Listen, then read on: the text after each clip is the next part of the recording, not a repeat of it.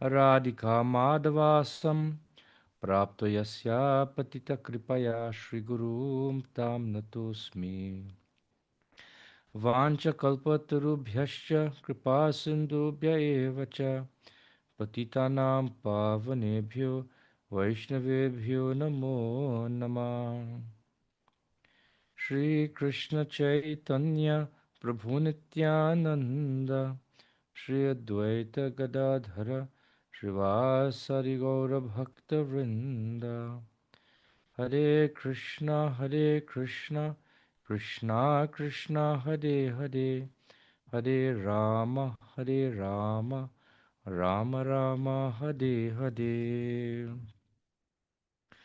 Hanta Yamadri Rabala Haridasa Varyo Yad Rama Krishna Charana Sparasha Pramodaha Manam Tanoti Sahago Ganayostayoryat Pani Yasuya Vasakandara Kandamulai. Of all the devotees,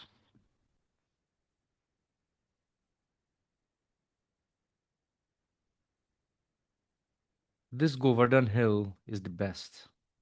O my friends, this hill supplies Krishna and Balaram, along with their calves, cows, and cowherd friends, with all kinds of necessities: water for drinking, very soft grass, caves, fruits, flowers, and vegetables. In this way, the hill offers respects to the Lord. Being touched by the lotus feet of Krishna and Balaram, Govardhan Hill appears very jubilant. This verse um, comes in the 21st chapter of the 10th canto of Srimad Bhagavatam. In the 21st chapter, the gopis are glorifying the sound of Krishna's flute. So it's a very, very beautiful chapter of Krishna book. And it is said that this verse, like in different verses, are spoken by different gopis. But this verse specifically was spoken by Srimati Radharani. And she's speaking this verse, she's desiring to go and meet Krishna because Krishna has gone to the forest. And she's desiring to meet Krishna. And in ecstasy, she looks out and she sees Govardhan. And she exclaimed to her friend, he exclaims to her friends the glories of Govardhan as she describes in this verse. It's a very, very beautiful verse. That entire chapter actually is a very beautiful chapter. So over the last 3 days, we had been discovering the glories of Govardhan Hill.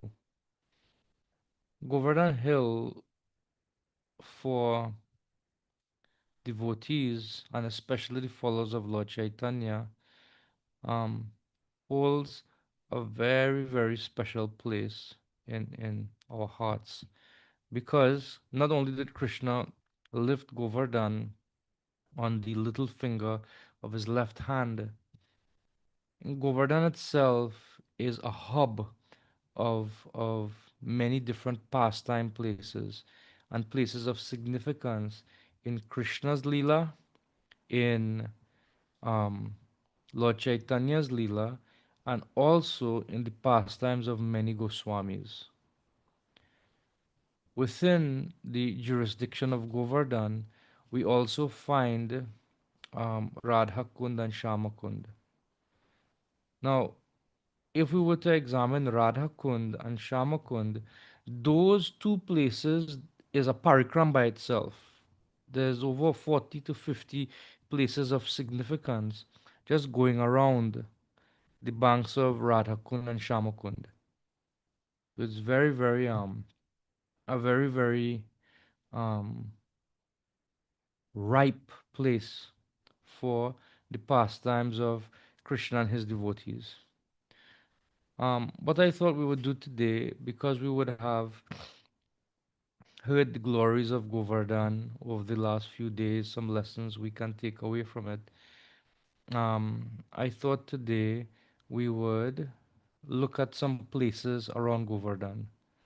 So what we'll do, I haven't prepared many notes for today to go into great detail of any pastime. What I thought we would do, I would just show you some pictures from a few significant places, especially some places that Lord Chaitanya would have spent time in when he did Govardhan Parikram. And as far as memory serves, I'll just recall some pastimes and some incidents that takes place there. I'll share some personal recollections that I have from visiting those places myself. Um, so Lord Chaitanya, he appeared in Bengal, and for the first um, several years of his life, or 20 and more years of his life, maybe 22 years of his life, he didn't display um, pastimes of his being a devotee. He displayed pastimes of his being a scholar. He displayed pastimes of um, just being very attractive in the land of Mayapur. But a very interesting thing happened when he went to perform the Shraddh Puja for his father in Gaya. There he met again a very celebrated devotee by the name of Ishwarapuri. And when he met Ishwarapuri, he begged him for initiation. Vrindavan Thakur explains that Ishwarapuri responded, you are asking me for initiation, um, you are asking me for initiation into the Krishna mantra, but not only can I give you that, I can give you my entire life. I can give you my entire life. And there was a very beautiful exchange that took place between Ishwarapuri and Lord Chaitanya. And Lord Chaitanya received initiation from Ishwarapuri. And as he was going back to Gauda Desh, to Bengal, to Mayapur, he desired to go to Vrindavan. And he started off in that direction. And he was distracted from going to Vrindavan by a voice coming from the sky. They said, you will go, that desire would be fulfilled in course of time. But for now, you go back to Bengal. So he went back. And from that time, he started to display his pastimes as a devotee. So much so that culminated in his taking of sannyas in his 24th year on the day of Makar Sankranti. And when he took sannyas, immediately he decided, I shall again go to Vrindavan. And as he was going to Vrindavan, Nityananda and Advaita Acharya and the other devotees, they guided the Lord to go to Shantipur, to the house of Advaita Acharya. And that Shantipur, the Lord agreed he would reside in Jagannath Puri. So when the Lord um, went to Jagannath Puri, again the desire to go to Vrindavan came. And he was traveling, but he only got as far as Kanai Natashala and he came back. And eventually, after many attempts, few attempts, this was fulfilled in, I think, about the year 1514 or so. The Lord finally received the blessings of his devotees, and in the company of Balabhadra Bhattacharya, he traveled to Vrindavan. This is described very beautifully in the Chaitanya Charitamrita, and there's a very beautiful chapter where he's traveling to Vrindavan and he passes through the Jharkhand province, or the Jharikanda forest, very forested area. And as the Lord was traveling through, it was very dangerous, not only because of the governments that was ruling the different states in India at that time. It was dangerous because um, it was jungle filled with ferocious animals, tigers, and other ferocious animals. But it's described as Lord Chaitanya was passing through the forest. These animals who had a natural enmity towards each other were embracing each other and chanting the holy name of Krishna. There's a very beautiful recording that was made many, many years ago by His Grace Amala Bhakta Das. Amala Bhakta Das, now Amala Bhakta Swami. And in that chapter of Chaitanya Charitamrita, like he mimics the elephants chanting Krishna, and he imitates the sound that they would make in chanting Krishna's name.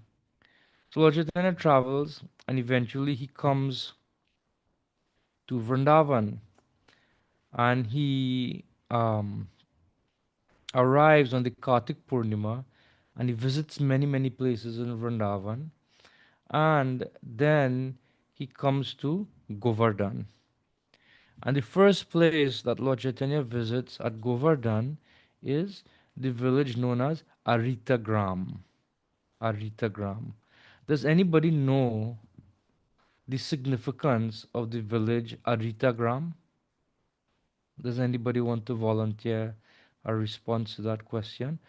What is the significance of um, the village Aritagram?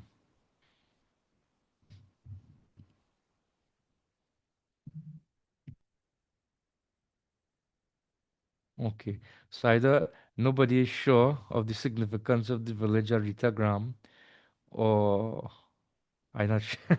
I don't want to say the other thing.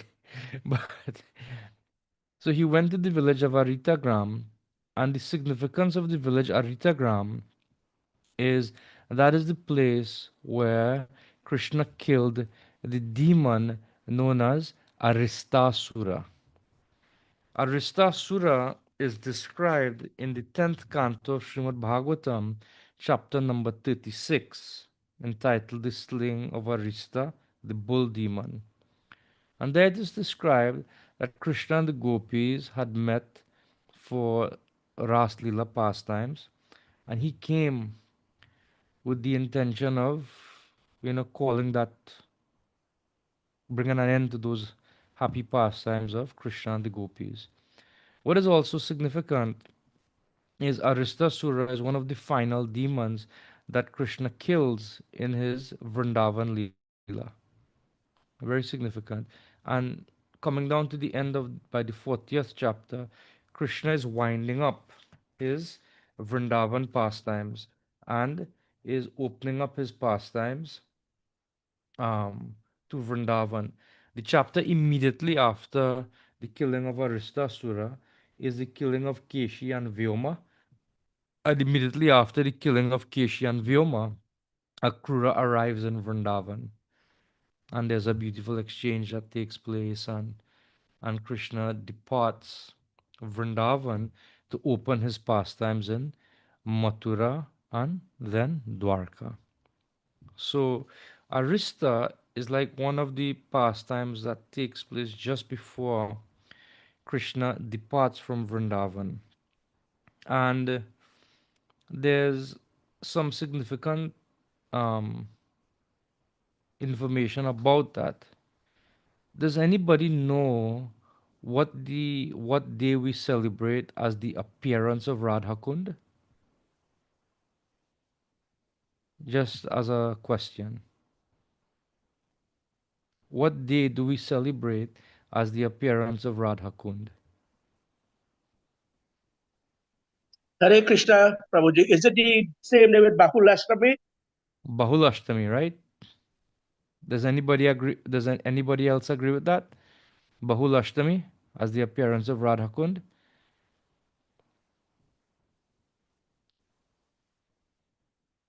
So generally, we take the Bahul Ashtami as the appearance day of Radha Kund. But that isn't quite correct. Even though it's printed on the calendar, that isn't quite correct, and I'll explain why. So, when Krishna and the gopis were enjoying Ras Leela, the demon Arista came. And this incident, as described by the Goswamis, takes place on the Chaitya Purnima. The Chaitya Purnima occurs March, April, in the earlier part of the year, not in Kartik, in March, April. And um, when this takes place, he appeared during the Pradosh Kal of that evening, which is about 8:30 to 9:48 in the evening, and Krishna killed him at around 9:30, somewhere thereabout. So when Krishna killed this bull demon, his idea was to go back to enjoying his pastimes with the gopis. And Radharani and the gopis protested. They say, "Hey, you killed this bull demon. That is a very sinful activity you have performed, and therefore, before you can again come into our company, you have to take bath in all the holy places." But Krishna said, "But he wasn't a bull, he was a demon, and I actually saved your lives.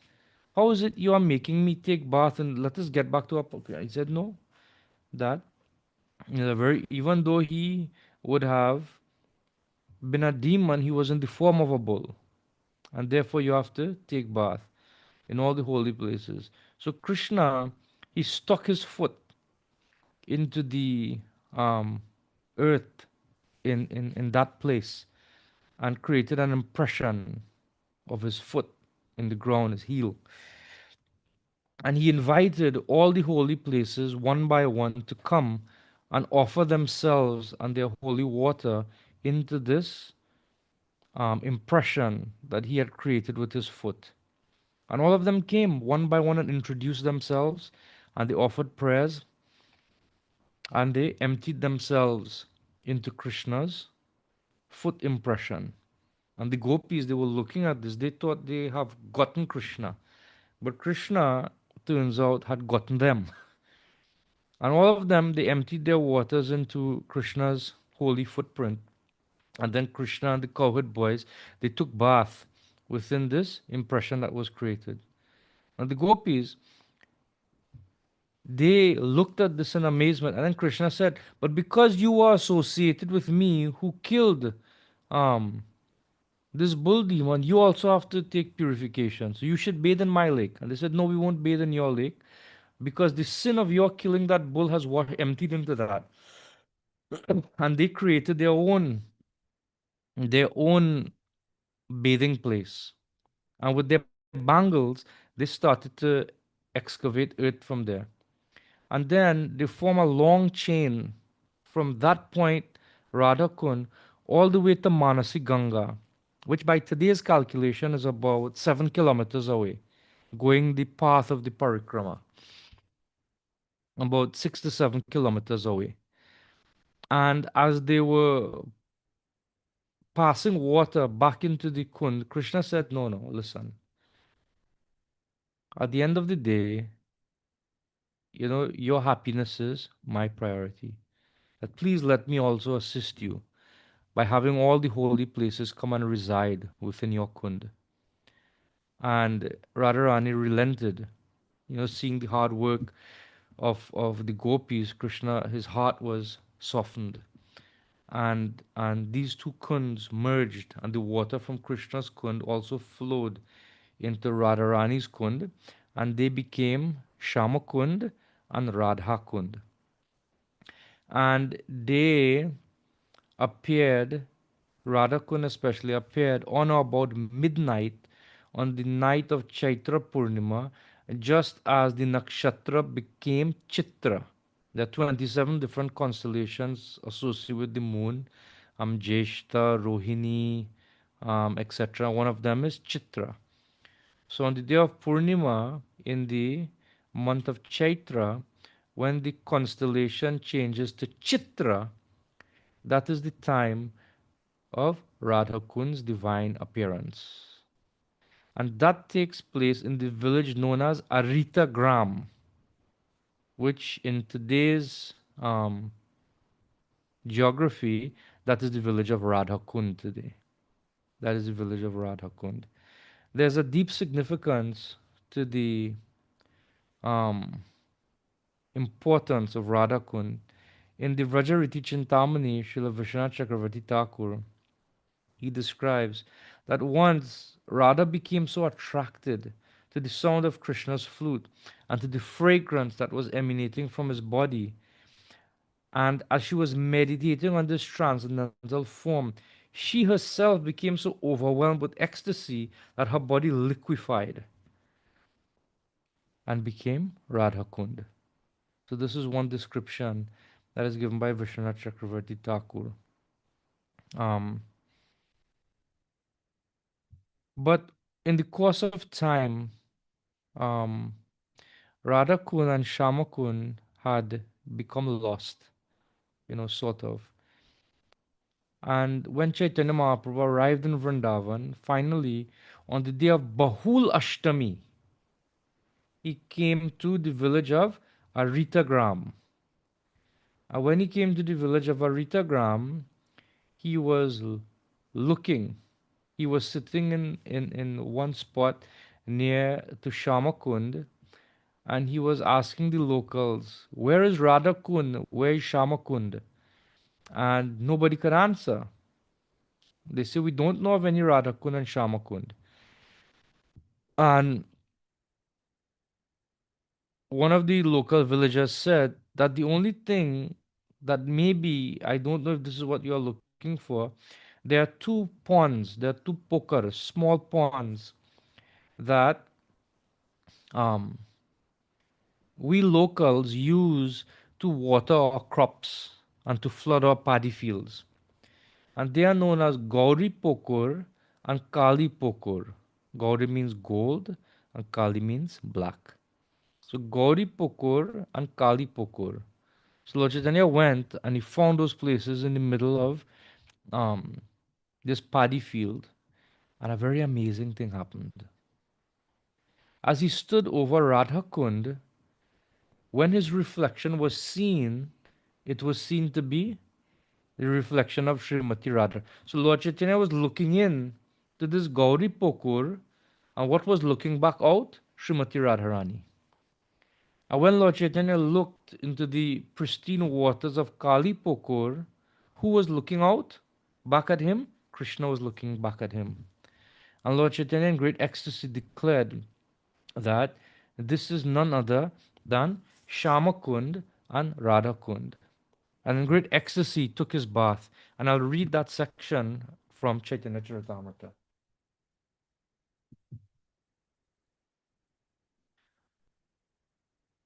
This is chapter 18 of Chaitanya Charitamrita. Lord Chaitanya traveled all over Vrindavan and pleased all living entities, moving and non moving, with his glances. The Lord took much pleasure in seeing everyone. In this way, Lord Gauranga traveled in Vrindavan. All glories to Lord Gaurachandra, all glories to Nityananda Prabhu, all glories to Advaita Prabhu, and all glories to all the devotees of Lord Chaitanya, headed by Srivas Thakur. Sri Chaitanya Mahaprabhu danced in ecstasy, but when he arrived at Aritagram, his sense perception was awakened. I'll read Srila Prabhupada's purport. Aritagram is also called Arishtagram. Sri Chaitanya Mahaprabhu understood that in that village, Arishtashura had been killed by Sri Krishna. While there, he inquired about Radhakund, but no one could tell him where it was. The Brahmana accompanying him could also not ascertain its whereabouts. Sri Chaitanya Mahaprabhu could then understand that the holy places known as Radhakund and Shamakund were at that time lost to everyone's vision.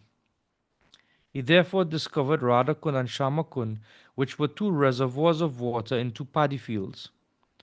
Although there was very little water, Sri Chaitanya Mahaprabhu was omniscient and could understand that formerly these two ponds were called Radhakund and Shamakund. In this way, Radhakund and Shamakund were discovered. Sri Chaitanya Mahaprabhu asked the local people, "Where's Radhakund?" No one could inform him, and the Brahmana accompanying him did not know either. The Lord then understood that the holy place called Radhakund were no longer visible. However, being the omniscient, supreme personality of Godhead, he discovered Radhakund and Shamakund in two paddy fields. There was only a little water, but he took his bath there. When the people of the village saw Sri Chaitanya Mahaprabhu taking his bath, in these two ponds in the middle of the paddy fields, they were very much astonished. The Lord then offered his prayers to Sri Radhakund. Shobha gopi hoite Radha Krishna ra prayasi Toiche Radha Kunda Priya Priyara Sharashi. Of all the gopis, Radharani is the dearmost. Similarly, the lake known as Radhakund is very dear to the Lord because it is very dear to Srimati Radharani. Yata Radha Priya Vishnu Tasya Kundam Priyam Tatha Sarva Gopishu Saivaika Vishnu Atyanta Vallabha. Just as Srimati Radharani is the most dear to Lord Krishna, so her lake, known as Radhakund, is also very dear to him. Of all the gopis, Srimati Radharani is certainly the most beloved. This is actually a verse quoted in Padma Purana. Yei kunde nitya Krishna Radhakara sange jale jale keli kore tide rasa range. In that lake, Lord Krishna and Srimati Radharani used to sport daily in the water and have a ras dance on the bank. Shei kunde yei eka bar kare snan tare Radha samaprema Krishna kare dan. Indeed, Lord Krishna gives ecstatic love like that of Srimati Radharani to whoever bathes in that lake even once in his life. Kundera madhuri yena radhara madhurima kundera mahima yena radhara mahima. The attraction of Radha Kund is as sweet as that of Srimati Radharani. Similarly, the glories of the Kund are as great as Srimati Radharani's. So in this way, um, Chaitanya Mahaprabhu offered prayers to this lake, this Kund, known as Radha Kund, and he bathed in great ecstasy and chanted the holy name of Krishna. He took a little mud from the Kund and he applied tilak on his head, on his body. Devotees today still apply tilak from Radhakund on their body. It's a dark color, dark gray. You may see it sometimes. Generally, devotees wear gopi chandan, but some devotees also sometimes wear this Radhakund tilak. It's dark gray tilak. Radhakund is actually a very, very special place. One time, when Srila Prabhupada took his disciples to India, a complaint came back to Srila Prabhupada that your disciples, they are jumping and diving and sporting in Radhakund, and Srila Prabhupada became very upset, like fire. He roared at them. How can you jump over Srimati Radharani? What is this? And he stopped them. He said, when you go to Radhakund, just take a few drops and put on your head. 3 drops and that's it. No more. Don't think that you can jump over Srimati Radharani. Was very upset. So sometimes um, there's this discussion that sometimes goes on whether we should actually enter into Sri Radhakund or we should just take 3 drops of water on our head. And one can see that Srila Prabhupada's reaction to those devotees is that they were seeing Radhakund just as they would go to bathe in a swimming pool or frolic on the beach or something like that. Radhakund is non different from the body of Srimati Radharani. It is the liquid form of Srimati Radharani's love for Krishna and therefore has to be treated with the utmost of respect. And therefore, if one has that respect, he can enter into Radhakund, at least up to his waist, take 3 dips in the water, completely submerge himself in the water and come out, and then change his clothes on the bank of Radhakund or in another place. But to enter Radhakund and to swim and to frolic, like if we're having a family day on the beach or something like that, that is not allowed. But taking bath in Radhakund is actually part of the sadhana of the followers of Chaitanya Mahaprabhu if they feel that that is something they want to do. But it has to be done with the utmost of respect. So that is the significance of Radha Kund. Before I show you some pictures of this sacred place, um, does anyone have any questions or any inquiries they would want to make before we go on to pictures of Radha Kund?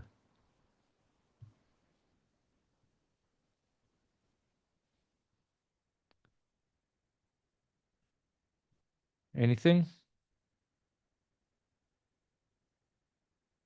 No questions, Herbal. Um, a little bit louder.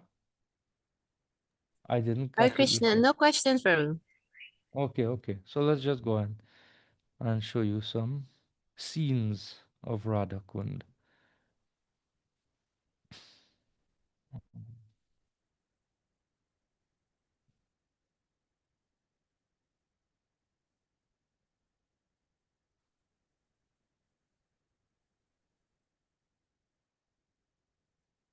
Okay. So this, are you seeing my cursor on the screen? Yes. Okay. So this here is an aerial view of Radha Kund. This, where I am going around here, is an aerial view of Radha Kund. In this right corner here, this is the gate that leads into Radha Kund. A very beautiful ornate sandstone gate. This, if I remember correctly, where the cursor is here, is the Purana Mandir, either here or here. Old ancient Radha Krishna temple around Radha Kund.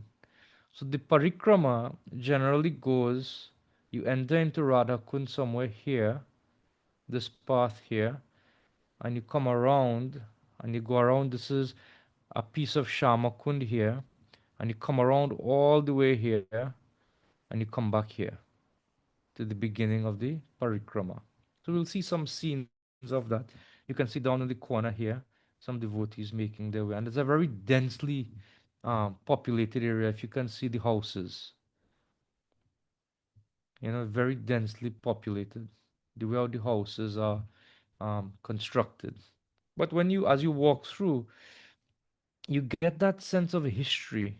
You know, this area here is the place where Lord Nityananda's wife, Janava Mata, she would sit here for the performance of bhajan. Um, this here is a view of the Sangam, the place where Radhakund and Shamakund, their waters mix. Um, Sometimes when you come to Radhakund, you can see turtles swimming inside the water. And ever so often, the entire lake is drained and it is cleaned and it is refilled again. But in the center of the lake here, there's a little area. I can't remember the exact size, but this is sometimes when that is excavated, that that area, substances like milk are seen to be coming out of that area of the Radha Kund Lake. So it's a very, very amazing thing. So this is um, another view. This is looking across from the Sangam. This is the gate, the Radhakund entrance I was telling you about previously. This is where Janava Mata would sit and perform bhajan. I think this is Radha Gopinath, one of the deities that are worshipped in one of the many temples surrounding the Radhakund lake. Is Radha Govinda. Or I could have them mixed up. This is a view of the Sangam. You can see this area here is where the two lakes meet each other. So Krishna's liquid form on that side and Radha's liquid form on that side, and they merge and they mix in the middle here. This is one Govardhan Shila, and this is an aerial view of Radhakund on the right and Shamakund on the left. If you notice, in one sense, Shamakund almost has the appearance of a footprint, where it is more narrow at the heel area and, opens out at the toes, you know, at the toe area. So Krishna's footprint, like that. Normally, when we want to perform, um, when you go to these places, there are pandas that that um that want you to perform some puja. So there's one panda that many ISKCON devotees use. His name is Mohan Panda, and we normally come around all the way here and enter into this area here and come to this bank here where we perform the puja of um, Radha Kund. This, I think, is the Samadhi of Raghunath Das Goswami, one of the six Goswamis of India, who had his bhajan kutir at Radha Kund. Around Radha Kund, you will find many shops that sell, japa malas, um, different tilak, different powders. You can see here this Radhakund Gopi Chandan, Radhakund Tilak, sorry, different colors, Tilak, Gopi Chandan, different things. This is where Sri Chaitanya Mahaprabhu would sit for the performance of bhajan. In this area here, this is newly renovated a few years ago.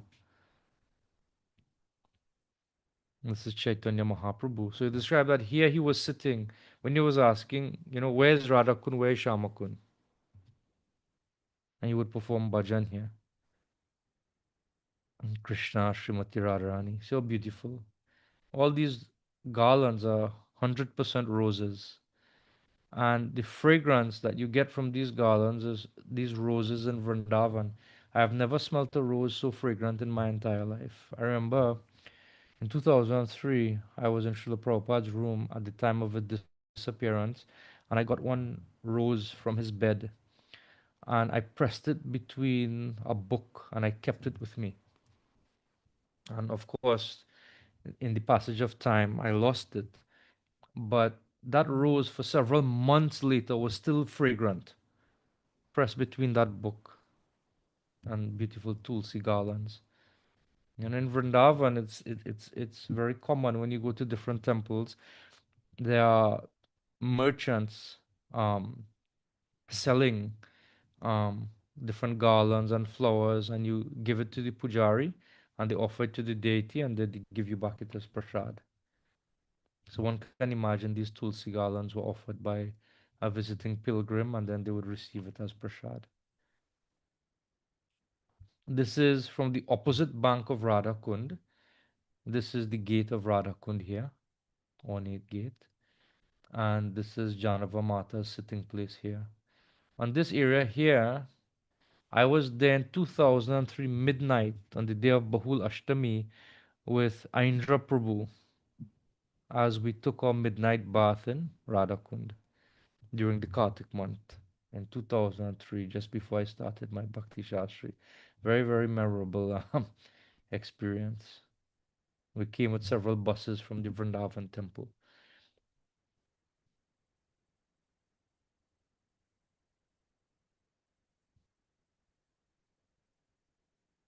These are some more deities. I can't remember their exact names. This is, I think, is Shamakund. Radhakund again, looking across from the Sangam. This is the gate here. This is looking across from Janava Mata's sitting place, wife of Lord Nityananda when she came to Vrindavan. And this is a tamal tree at Janava Mata's Baitak was sitting place, and you can see it has a darkish complexion in its bark. So when the gopis would see tamal trees, they would run and embrace it because the complexion of the tamal tree reminded them of Krishna.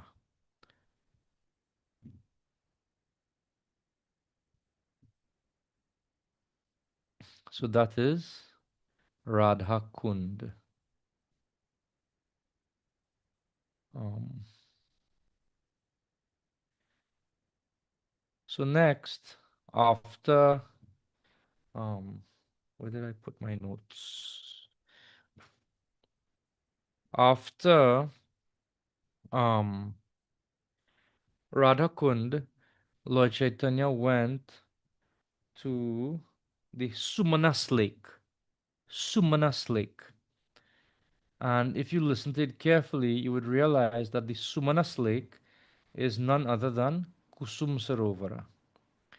Normally, when devotees do parikrama, you know, we come from the Vrindavan temple generally, because that is where most of us would stay, and we would drop out at this junction, this Radhakund junction, and to go to Radhakund, when dropping out and facing Govardhan itself, you have to make a right turn, and that would take you to Radhakund village.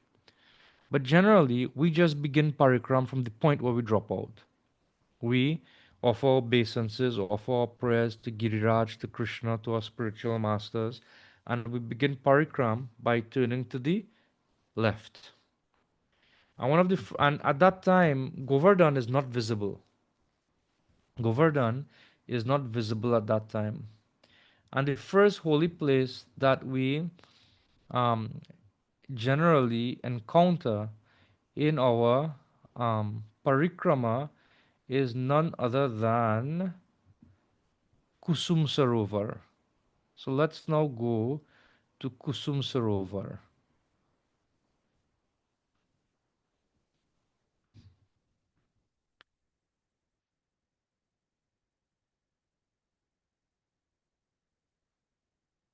Um, just now, 1 second. I'm just getting this to load. Okay.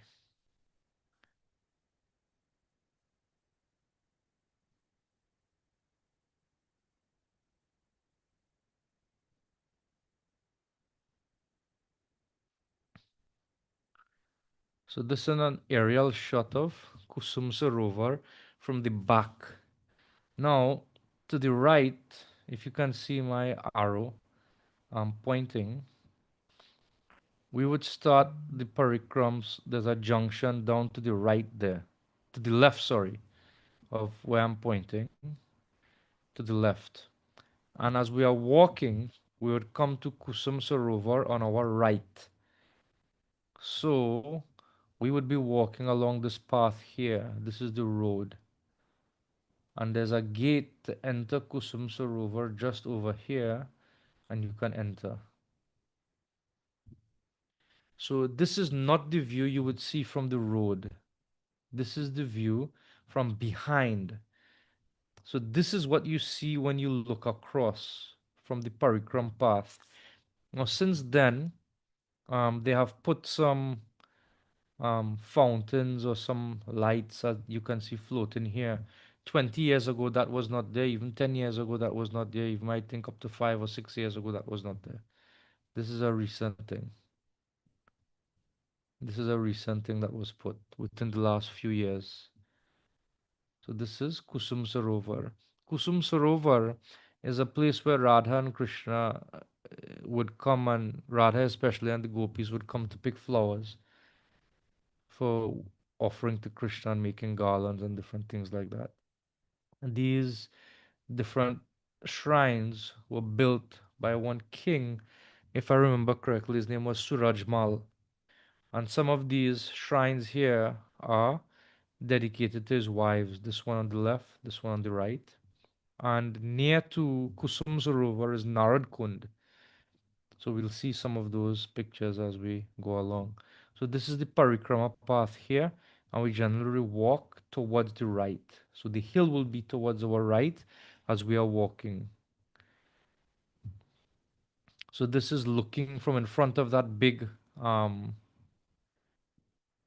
This is just in front of this one here, and we are looking across to the road, to the parikrama path.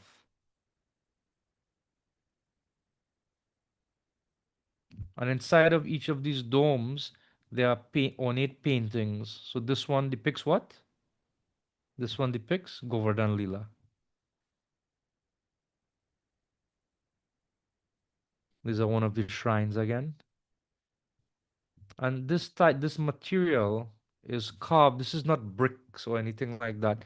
This is carved from a material known as sandstone. And many temples in North India, especially, you would see carved from this material, sandstone. All of this is carved and put together. Even all this roof is slabs of sandstone that are carved. This is inside the main dome, I think. There's an aerial view of what we were seeing before. This is the main dome here. The view we were looking at, um, looking across at the Parikram path was from this small dome here, and these are two other things here. Dedicated to Surajmal's wives. I can't remember what temple this is offhand, but it is a temple, I think on the way to Ratnakund, if I'm not mistaken. An aerial view. Very beautiful, isn't it? I find like some of these aerial shots especially very beautiful. And especially all of this here is sandstone. And just the contrast of the beautiful kept garden is so beautiful. A tamal tree here. It's so beautiful.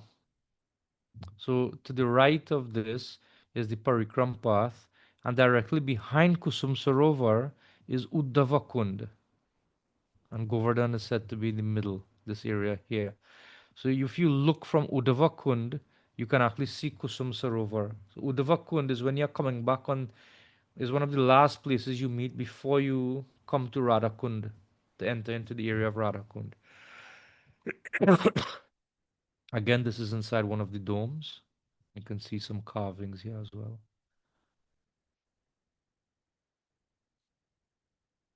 One Shivalingam at Kusum Sarovar.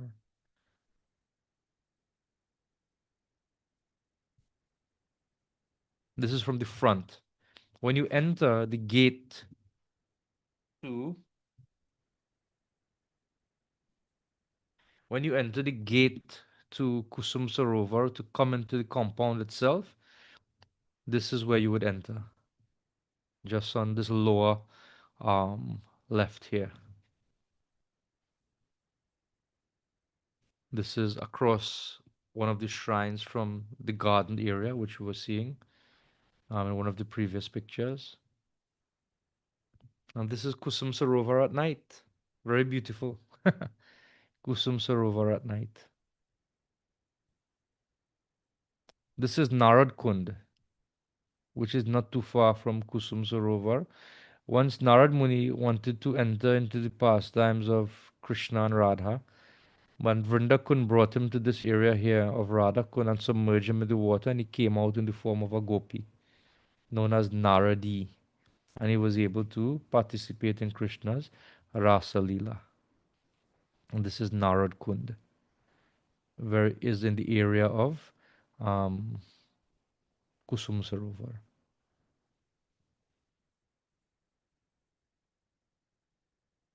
This is Narad Kund as well. And who is this? Narad Muni Bajai Veena Radhika Ramana Nami. Deity of Narad Muni playing his Veena. And one thing is you'll find is the caretakers of these temples live right there, and the body of water, they do everything with it. So they would wash their clothes, they would bathe everything with this water, use the water for puja, everything. So you could see they wash their cloth, and this hanging right here.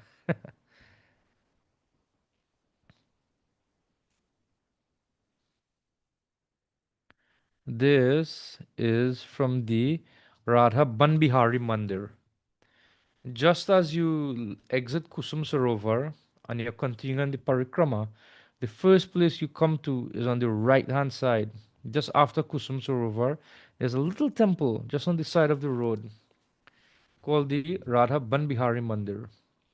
And they said at this place, after performing pastimes, Radharani would be very tired, and Krishna would she would sit in front of Krishna, and Krishna would sit behind her, and Krishna would braid Radharani's hair. So this is the Radha Banbihari Mandir. You can see a little excerpt of a photo here where Krishna is braiding Radharani's hair. And you can see one Sheila in the back is holding a golden comb towards the hair of this Sheila, which is Srimati Radharani. And there's a mirror that she's looking to make sure Krishna does a good job. This Radha Banbihari Mandir is actually taken care of by members of ISKCON. Previously was taken care of by disciples of ISKCON's Bhakti Ballabh Puri Maharaj. Now it is taken care of by some devotees from our Chaupati temple in Mumbai. This is Radha Banbihari Mandir. This is a view of Uddhava Kund via drone. So when you go up this way from Kusum Sarovar, you would be going this way. You would come to Punchari, which is the tail end of Govardhan, all the way. You can't see the screen, but I'm trying to go, but you can't see. And you'll come back down this way. And one of the last places on the parikram before coming to Radha Kund is Uddhava Kund. This is Uddhava Kund. And there's a temple of Uddhava over here. Very nice. I find Uddhava Kund to be a very special place. I find the sadhus there very welcoming and very accommodating. They are not so much dogmatic, they're very friendly and warm. These sadhus at Uddhavakund. On the other side of Kusum Sarovar, there's temples of Uddhava in the form where he is reciting Bhagavatam. So that is there at so from Uddhavakund, if you walk through the garden here, you enter Uddhavakund from here. And sometimes devotees gather here for the performance, for katha and different things like that. But if you walk through here, just around, you can come to this garden area here. And if you look, you can see Kusum Sarovar. To the If you look all the way across, you can see Kusum Sarovar. Are there any more pictures in this album? So I think that's it. So that's Uddhavakund and Kusum Sarovar.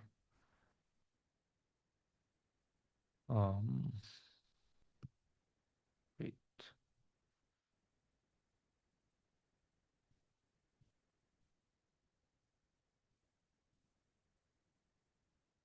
So the next place we find after Kusum Sarovar is the Manasi Ganga.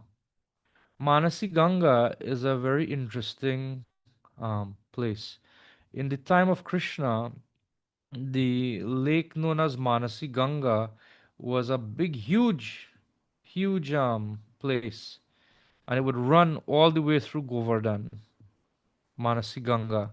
But now it's just a pond, like a huge pond that's located um, as you continue down just near to Govardhan town, as you continue down the road from Kusum Sarovar, eventually you'll come to Manasi Ganga again on your right.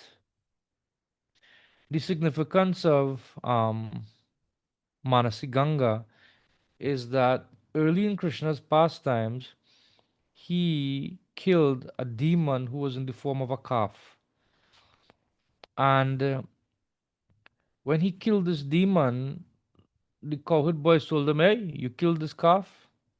You have to take bath in the Ganges." So Krishna, he ordered the Ganges to come there from his mind. Mentally, he called the Ganges, and the Ganges came there and manifested itself, and that became Manasi Ganga, or the Ganga that was manifested from the mind of Krishna. And for Gaudiya Vaishnavas, those who are connoisseurs of rasa, this is considered to be the original Ganges, not the Ganges that comes through the heavenly planets and so. This Ganges that Krishna himself would bathe in and sport. And Manasi Ganga is a very important place where the gopis and Krishna would have both Leela. They would have Leela on both. Like sometimes, I was telling one devotee, like every year to a temple and many temples around the world, you will see boat festival, Radha Krishna boat festival. So I normally tell devotees, when we fill up the pool on Janmashtami for performing the boat pastimes of Radha and Krishna, I tell them, well, this is Manasi Ganga. So Radha and Krishna are enjoying boat pastimes, sporting on the boat. There's a very beautiful pastime that comes to mind that takes place on the Manasi Ganga. One time the gopis were carrying um, different products, milk products, and they wanted to go across to the other side of Govardhan using Manasi Ganga. So they saw this boatman, this dark complexioned boatman. I said, "You please take us across." I said, "Yes, yes. No problem, no problem. You please sit, please sit." So they went on the boat, and as he was rowing across, he stopped in the middle of Manasi Ganga. And he said, "I'm very tired and I'm very hungry. You please give me some of your milk products, else I don't have any energy to continue rowing this boat to the other side. We'll just have to stay here." So Krishna ate and ate and ate and ate a lot of the products that the gopis and Radharani were carrying across on the boat. And then Krishna said, "No, I am very, very tired. After eating such beautiful products, I have to take rest." So Krishna lied down to sleep. And the gopis became very angry and they shook him and said, "Hey, boatman, now is not the time for sleeping. If you don't take us across this Manasi Ganga, immediately we'll throw you into the water and leave you there." So Krishna started to row. As he was rowing, the sky became dark and a storm began to brew, and the wind began to toss the boat from left to right. The rain began to fall, and they thought that this boat would now capsize and they would all perish by drowning. So Radharani, in great haste and great anguish, she threw herself on the boatman and said, "My dear boatman, please save us." But as she put herself near to the boatman, she felt something very unusual, and she moved the boatman's chadar and saw it was a very, very beautiful, ornate flute. And they realized this is none other than Krishna.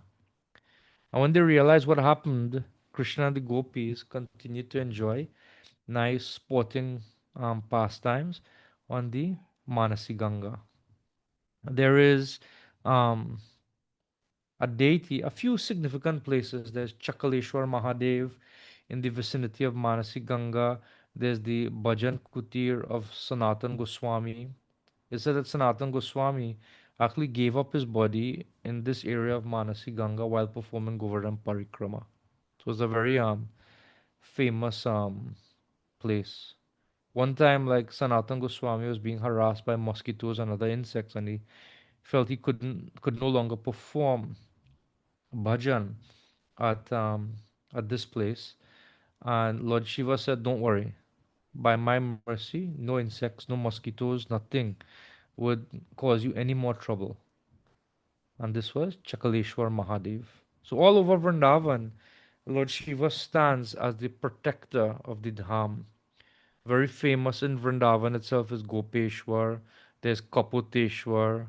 There's Chakaleshwar and others that don't come to mind immediately. But Lord Shiva, who is located in Manasi Ganga, is known as Chakaleshwar Mahadev. So Lord Shiva, he also plays a very important role as protecting the places where Krishna performs his pastimes. So let us now look at some images of Manasi Ganga.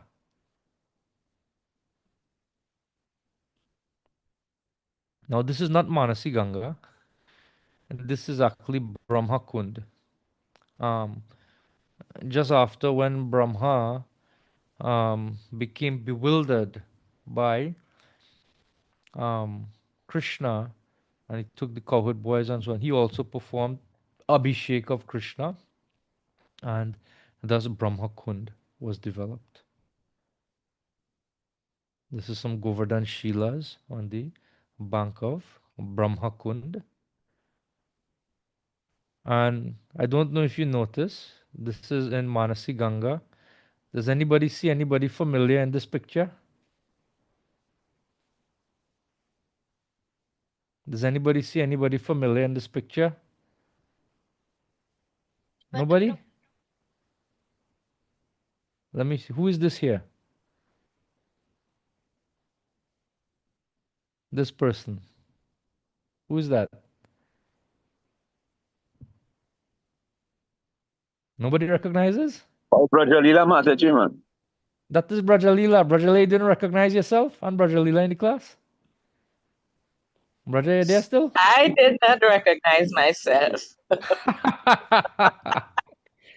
that is Brajalila. So Brajalila a few years back, was it 2024, Braja? 2023. No, it was last year. Was 2024, right? So this is, you went with Dina Bandhu, right? Yes. Right. So the person who is taking the photographs is my very good friend. His name is Arjun Bhattacharya.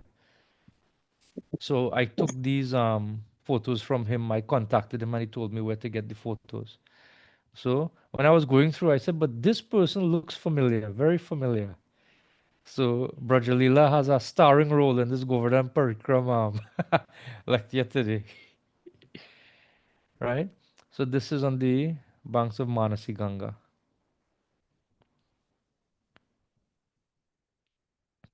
So this is a view of Manasi Ganga. This is the temple of Haridev. When we come to the deity of Haridev, I'll give you the pastime of Haridev. I think this is Chakaleshwar Mahadev, if I'm not mistaken. So Manasi Ganga is quite a large body of water. So this is Haridev. The gopis, once they were at this place at Manasi Ganga, and Krishna was tending the cows with his friends, and they became so much filled with separation from Krishna that they began to cry out, and they weren't speaking in, like proper grammar or anything like that. They were saying, "Oh Hari, oh Deva, oh Hari, oh Deva," and they were crying out, and Krishna appeared in front of them. He disappeared from the cowherd boys, and he appeared in front of them with his left hand raised in the form of Haridev. And in this way, he was able to enjoy with the gopis and quell their intense feelings of separation. And he manifested this deity, and they would perform puja and worship, so many things like that. And then Krishna simultaneously, as he manifested this deity for the um, devotees, for his gopi associates, he went back to the company of the cowherd boys. Now, this is not the original deity of Haridev. The original deity of Haridev has now gone to Natadwar, has now gone to Natadwar, but his Haridev temple is there. Traditionally, actually, when devotees perform Govardhan Parikrama, they first come to Manasi Ganga, take darshan of Haridev, and then they proceed on Parikrama. That is the general practice for the orthodox performers of Govardhan Parikrama. But generally, devotees don't do that. So again, this is Manasi Ganga. You can see it stretching all the way here. This is new domes of the Haridev temple. And this some Shivalingam, I think at Chakaleshwar. Deities, beautiful Jagannath deities, and so on at the temple. There's another view. This is Haridev here. This is Chakaleshwar here, and this is Mukaravinda. I think the tongue or the forehead of Govardhan, if I'm not mistaken. Mukaravinda. In this area here, when the water is a bit low, you can see Govardhan Shilas around this point here. Around here. So this is a view of Manasi Ganga. These aerial views I find to be so beautiful. So this is, um, I think this is Haridev here. This is Mukaravinda, and this is Chakaleshwar. Near Chakaleshwar is where Sanatan Goswami would have his bhajan kutir. This is Haridev. This is the entrance to the Haridev mountain temple.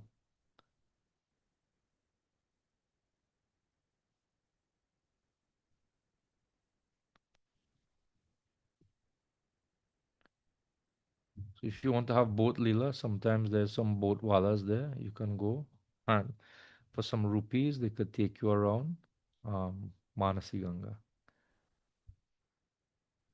This is Mukaravinda. Generally, when people come to Haridev, to Manasi Ganga, they would come to the Mukaravinda temple. This is Sanatan Goswami's Bhajan Kutir at Manasi Ganga. Another view of Sanatan Goswami's Bhajan Kutir.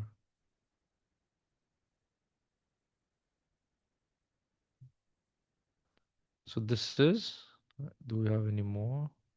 No, so that's it. So this is Manasi Ganga. Manasi Ganga ki jai. So from Manasi Ganga, well, actually, when Lord Chaitanya was at Manasi Ganga, he was thinking that he would not be able to see the deity of Gopal. Gopal was traditionally worshipped on top of Govardhan Hill, and this deity was discovered by Sripad Madhavendra Puri. So as he was at Haridev, he was thinking, I won't be able to see Gopal. Gopal played a trick and inspired one of his pujaris that the Muslims are going to attack. You should please take me down from the hill and take me to a place for safety. So they took him down from the hill and they took him to the village known as Gantuli. And there he resided for a number of days. And Lord Chaitanya was able to have darshan of Gopal at Gantuli. So the next place we'll see is um, Govinda Kund. The next place we'll see is Govinda Kund.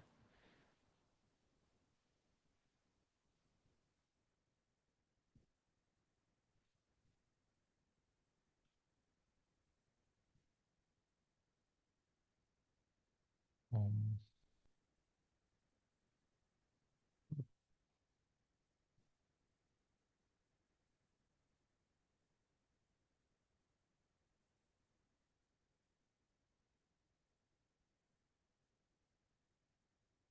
so this is an aerial view of Govardhan. And this is the parikrama path here. One thing I would say, like the municipality and several private organizations are really making an effort to preserve the space around Govardhan. Um, like they're making effort to preserve the green around Govardhan to make sure this is the parikrama path here and the parikrama path here, the inner parikrama path. And you can see they are making an effort to line it with trees so that when it's hot, there's shade and things like that, and to really make it very beautiful. So when you go around Govardhan, you get this beautiful aesthetic feel of the greenery of Vrindavan, the rockiness of Govardhan, and the color of Govardhan, which is reddish in complexion, and contrasts very beautifully with the green of the trees that grow on his body. and on the side.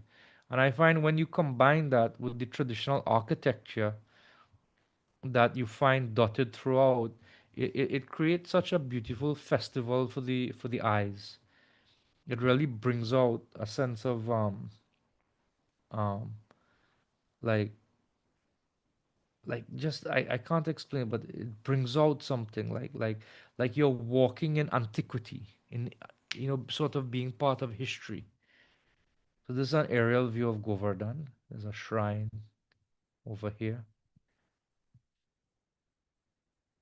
Beautiful. So this is what I was talking about, the reddish tinge of Govardhan with the green of the trees. Very beautiful.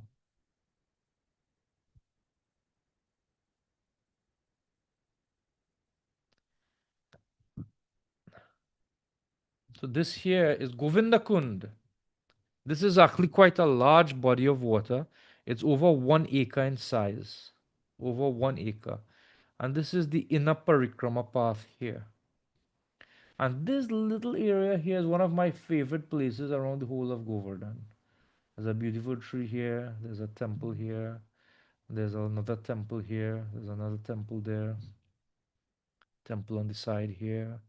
And the road passes in this area here. So if you want to do parikram by road, you come here. But this is the inner walking path. So just imagine you are walking, and this is Govardhan right here. You can touch Govardhan, you know, right here, and you walk, walk, walk, walk like that. And there's always some nice babas, some nice local devotees sitting here. And you can sit here and perform bhajan. And this area here is where Madhavendra Puri, when he came to Vrindavan, he sat and performed bhajan. And while he was sitting there, Gopal appeared to him, and in this way revealed himself to Madhavendra Puri, who was then able to establish the deity on the hill.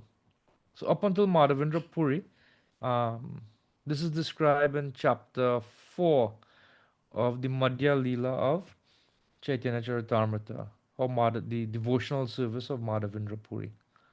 And this was actually described by Lord Chaitanya himself. Very, very beautiful pastimes.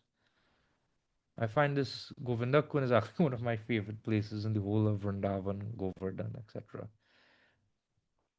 And this is Gopal.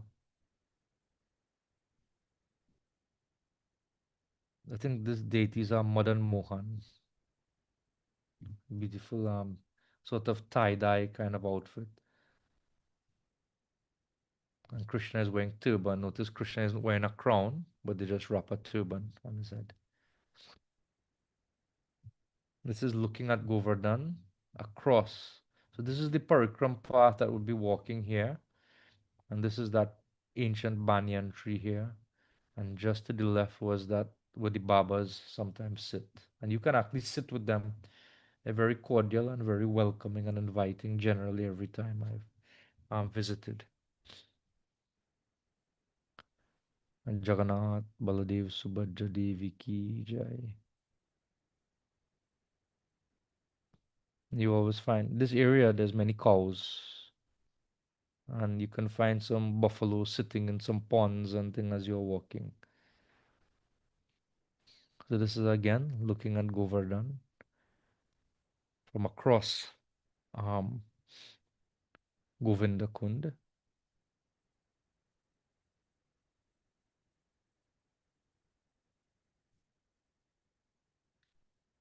So this is from the opposite side, and this is the parikrama path here, the inner parikrama path.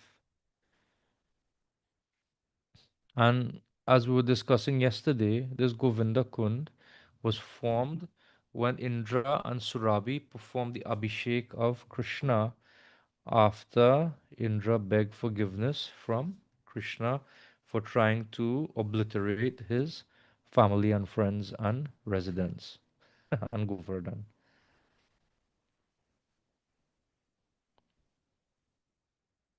If I remember correctly, this is Madhavendra Puri's sitting place where he would perform bhajan. I can't remember what temple this is, but you can see Govardhan in the back.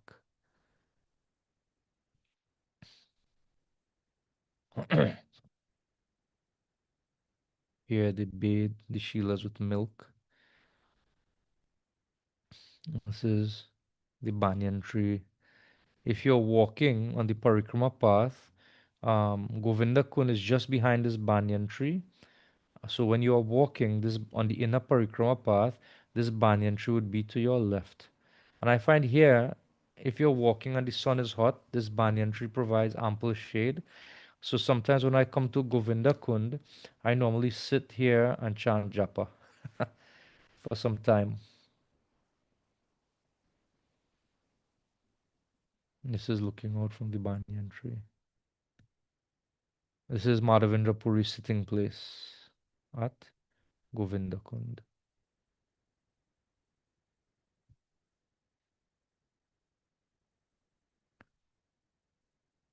So as you can see here, Lord Chaitanya took his bath in the lake known as Govinda Kund.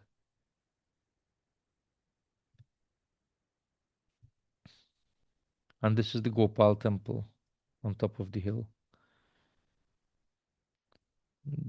That deity is taken care of by followers of Vallabha.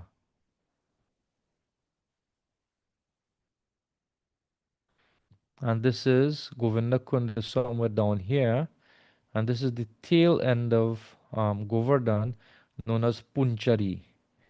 So normally you walk here and you come to this point and there's some Naval Kund, Apsara Kund, Lauta Baba is just down this area. If you continue this path, there's an ancient Nrsimhadev temple which is here. And then if you continue down this way, you will continue down towards Uddhavakund. So this is all the way on one end, and Uddhavakund is all the way, and Radhakund is all the way to the other end. So by this time, if you've come here, you would have completed about 11 kilometers of walking thus far. About 11 kilometers. And to go back around is another 11, 12 kilometers. And these are some Brajabasi ladies walking. Notice this one, how calm. She's talking and holding one lota in one hand. This one has a hand on her waist. And they are just walking casually. Srila Prabhupada, um, in this book, um, Dancing White Elephants, that recounts Srila Prabhupada's visit to India with his disciples in 1972, when he really came back and people appreciated him. He was telling the story of we have to learn to be devotees like these Brajabasi ladies. That they are doing everything, but they are balancing this water on their head very nonchalantly. Let me see if I could find that very quickly. That passage from that book.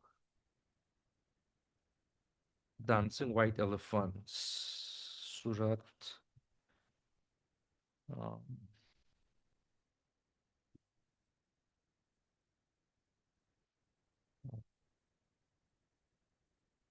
is it? Envelopes. 1 second. Let me see if I could find it.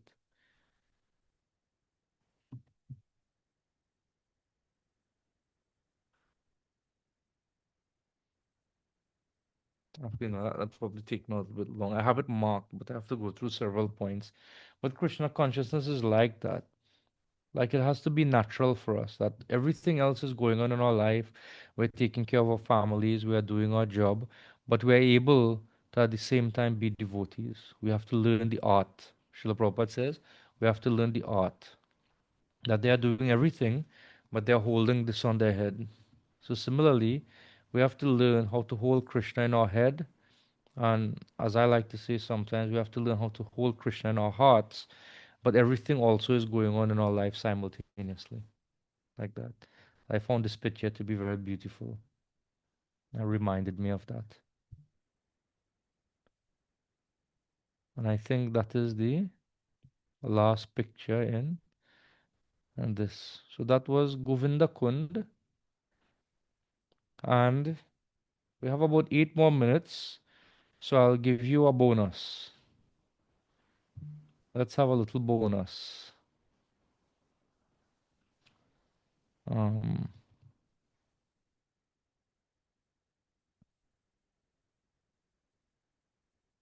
this is Gokul in the forests of Mahavan.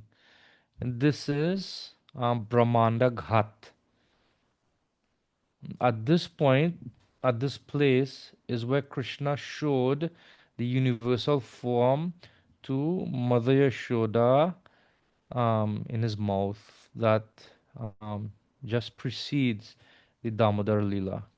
And Mother Yashoda, when she sees the universal form in Krishna's mouth, she begins to think, but if this is the case, then is Nanda Maharaj really my husband? Is Krishna really my son? Krishna is the Supreme Lord, and she begins to think like that, and Krishna becomes very scared because he did that to throw Mother Yashoda off his scent that he had eaten dirt.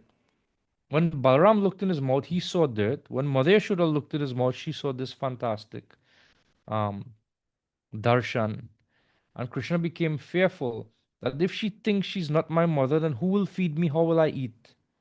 Who will love me? Who would tuck me in at night for sleeping and all these things? Krishna became very frightened, very, very frightened. And so he withdrew that form. And Mother Yashoda again was able to think of Krishna as her son. So this here is the original Brahmanda Ghat. And if you look after this, there's a video called Your Ever Well Wisher. I think it's Your Ever Well Wisher. It's a short biography of Srila Prabhupada. It's one of these old documentaries made by Yadubara, and there's a picture of Srila Prabhupada bathing in the Jamuna. He's bathing at Brahmanda Ghat. Just this area down here. Srila Prabhupada is sitting on the shore, and then I don't know, Pavitra. See if you could find that a video of Srila Prabhupada bathing in Brahmanda Ghat, if possible. You can let me know, and if you have it, you can unmute and tell me, and I'll stop my screen share, and you can do your screen share, just so we can end with the auspicious darshan of Srila Prabhupada in Gokul. So this is Brahmanda Ghat. This is where Srila Prabhupada would have bathed, just in this area here. We walk down, and you come, and so on. Hare Krishna Prabhu, you are not sharing screen right now. So I'm we're not not sharing seeing. screen. No, we're not seeing. Hey, how come is that? Okay, let me go. I don't know Hare what Krishna happened. Prabhu, I found the video. Okay, so you share screen then. My apologies. So you share that, then I'll go back from the top with mines.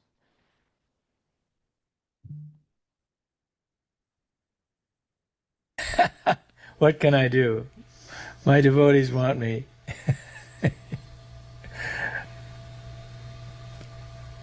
Come on, Prabhupada, come on in.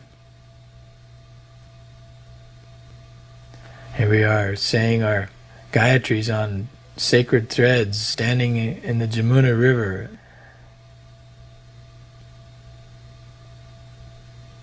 Ah, there he comes. Prabhupada.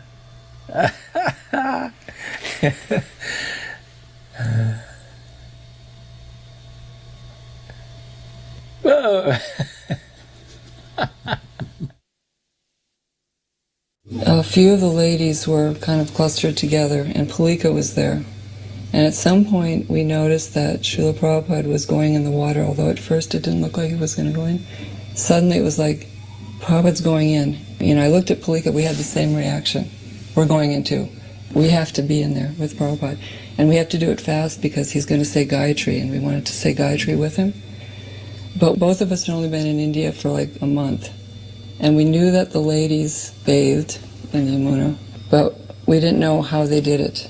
Should we go in with our full saris and then walk around dripping wet? Because we only had a few seconds. Palika was down to her slip. And I was like, okay, me too. And it didn't matter anyway, because as soon as we hit the water, we went right under. So we were up to our necks in water anyway, so we were covered. And we wanted to get as close to Prabhupada as we could while he was saying Gayatri, and we got really close, like within 10 feet of him. And we just our little heads, were like scrunched under the water, and we got to say Gayatri with Prabhupada that day. And to me, that's the most memorable experience of the whole thing, was that Gayatri in the water with Prabhupada so close. Srila Prabhupada ki jai. So let me just share back my screen now. I thought I didn't stop the screen share just now. My apologies. Let's go back to the top.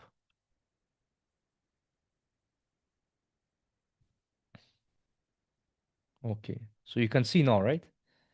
Just making sure. Somebody please confirm. Yes, we can see. Very well. Okay, good. This is Dina Bandhu given Katha at Brahmanda Ghat. So this is the place where Srila Prabhupada walked down to bathe. This is a view from the Yamuna itself. This is Nanda Maharaj's house, Chaurasikamba, place of 84 pillars, his meeting hall. So these are some of the pillars here. Very nice place. They don't harass you too much here. But they have a system by which they bring you through the darshan. Very efficient. This is Chaurasikamba here. And just near to that place, this Damodar Lila carved into the rock here. The Krishna pulling it in between the Jamal Arjun trees. And this is said to be the original grinding mortar that Krishna was tied to. Utkal Banda.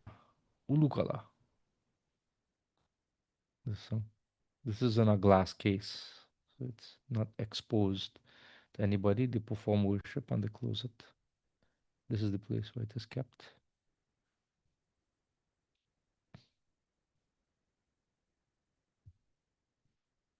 So I think that is it. Yep. So that is a little bonus of Gokul. Gokul, which is in the forest of Mahavan. And Krishna, when he was born, he spent the first couple years of his life there in Gokul and performed many pastimes. Then he moved to Vrindavan, and then he eventually moved to Nandagram. And from Nandagram is where he would leave to go to Mathura Vrindavan. So this brings us, at least for today, the end of our Govardhan Parikrama. Small Govardhan Parikrama. So what did you all think? Um, does it was I convincing enough to make you want to go and visit Govardhan Hill and spend some time there and perform bhajan at the feet of Govardhan and take shelter of Govardhan? Um, Govardhan Vrindavan is a very nice place. Sometimes Vrindavan can be a bit overwhelming, especially over. Yeah, Ranchor Prabhu, I see you have your hand up. Yes, Hare Krishna, Prabhu. All glories to the attending devotees. I visited, well, I had tour of Govardhan. Well, I did Govardhan Parikram in year 2019. Mm-hmm. And since then until now, and up to now, I suffer guilt. Guilt in the fact that I didn't know much about aspects of Govardhan Hill and the Yeah. Parikram. And I get relief when, people tell me and clear up things and identify certain things about India, Vrindavan, and the Parikram. And I must say, today I had, I have so much guilt and so much relief too that I mean, it's hard to explain. But when I visited that, and I'm talking about 2019, what Yeah. stood out to me then was this uh, you have the Govardhan Hill, you had Radha Kund, Shama Kund. And Mm. this would be humorous. When I went to Radha Kund and I look on the right hand side, I mean, this struck me. There was this big building that says Burja Paints. It read Burja Paints. And All right. this is how we, that time I was like in my embryonic stage as a neophyte, and I'm Yeah. moving up. And I'm thankful to you for giving me this amount of guilt and this amount of relief today. And I must say too, I mean, this just come to mind. Had it not been for Srila Prabhupada, I mean, what we could have achieved. There are so many people going to India and coming back and talking about Hema Malini and Dharmendra. Yeah, and what they visited. This is what we have. And I must say, I'm very thankful. Hare Krishna. Thanks very much, Prabhu. Hare Krishna. Um, yeah. So, Govardhan, Vrindavan, when you go, sometimes it could be a bit overwhelming. Just to echo what Ranjor Prabhu was saying, that it's so much to take in. Like when you go to Vrindavan, when you go to Mayapur, if you go to Jagannath Puri, that sometimes we can go in tourist mode. You know what I mean? Like we went and we saw this and we saw this and we saw this. So over the late years, in my last couple visits to India, like, I don't go very often because for two reasons mainly. Um, because of family commitments, like my children are very small and they're in school and like that. And secondly, because it's quite expensive.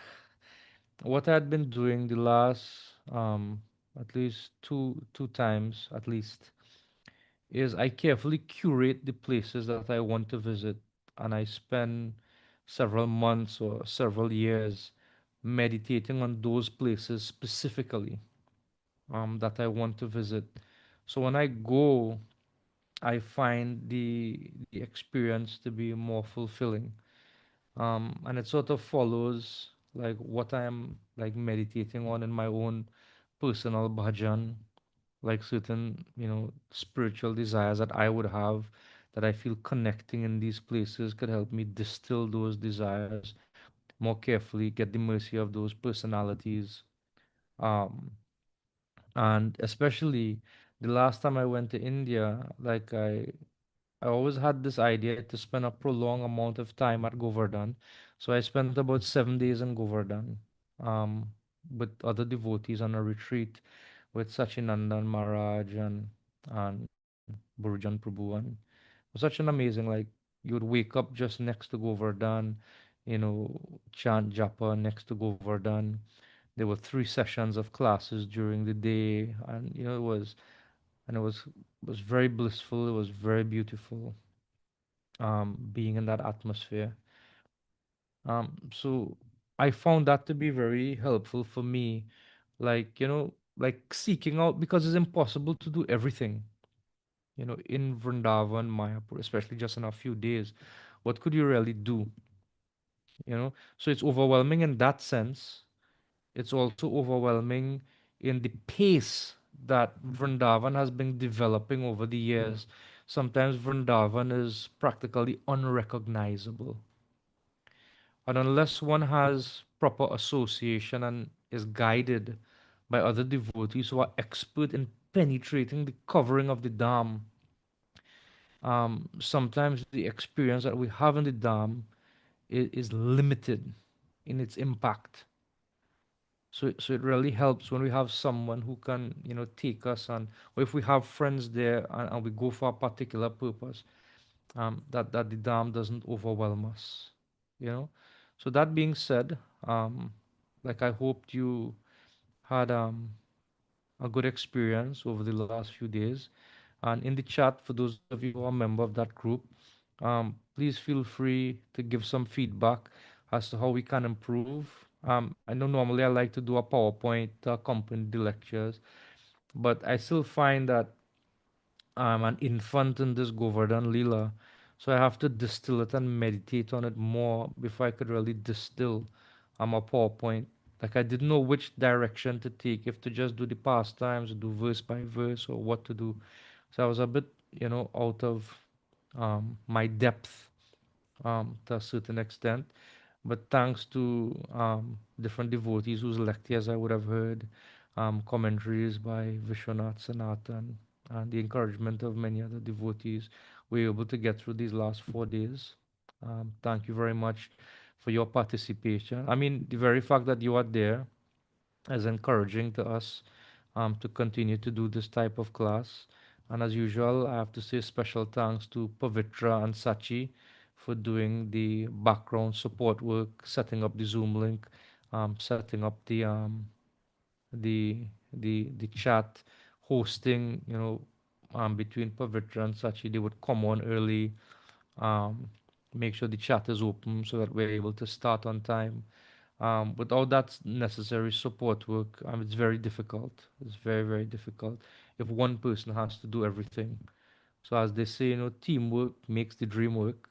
So I personally am very grateful to the support, especially for Pavitra and the devotees in Suriname, and Haridev as well, Prabhupada Dev Prabhu's son, who does the advertising flyer and so on, Sachi, who does support work in terms of making the Zoom link and all these other different services.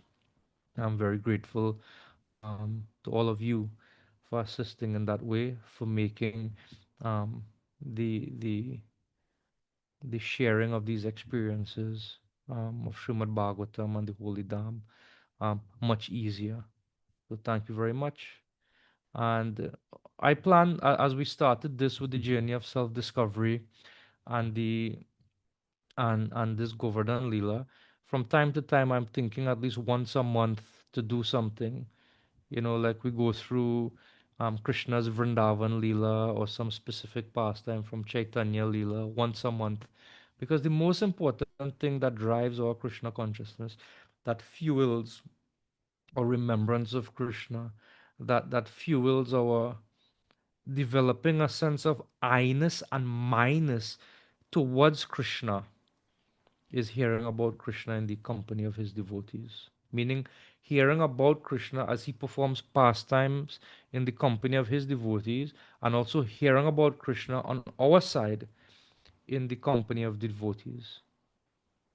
So one thing I would add at the end is very important that not only when we have these types of forums where we get together to hear about Krishna, we individually should also make an effort to come into contact with Krishna in a very intimate way on a daily basis through hearing about him and chanting. In every relationship, the relationship becomes stronger as in direct proportion to the effort we put in our relationship with our children, our relationship with our loved ones. We have to make that effort from our side. But the interesting thing is, when we invest in our relationship with Krishna, it is not a direct proportion. Krishna reciprocates with us more than the effort we put in. Srila Prabhupada used to say, when you make one step towards Krishna, Krishna is so anxious, he makes 10 steps towards us. So we have the opportunity to make a greater effort in our spiritual practice. And with those words, I'll end. Um, does anybody want to share anything for the few devotees who are still left? Does anybody want to share any Hare reflection or Krishna. realize? Yes, Braja. I just want to thank you so much, for these classes. It brings life to what we read. It gives you give us so much more than what we read in the book, in the Bhagavatam or Krishna book. We read, but it becomes a lot more clear when you personalize, this. I really, really appreciate it. Gives us more insight into the pastime rather than, just read the pastime. I mean, because at least for me, it was really, really illuminating. So I just want to say thank you so much. Mm. Thank you very much for your encouragement as well. Hare Krishna. Anyone else? All right. So as we develop further presentations, we'll share that with all of you. Hare Krishna. Thank you very much. Srila Prabhupada ki jai. Anantakoti Jai Vaishnavrinda Prabhu, I ki just want to jai. say thank you. Jai, Giriraj Maharaj ki jai. jai. Jai. I also want Oh, to say thank you very much. As usual, it was awesome. And I can't help but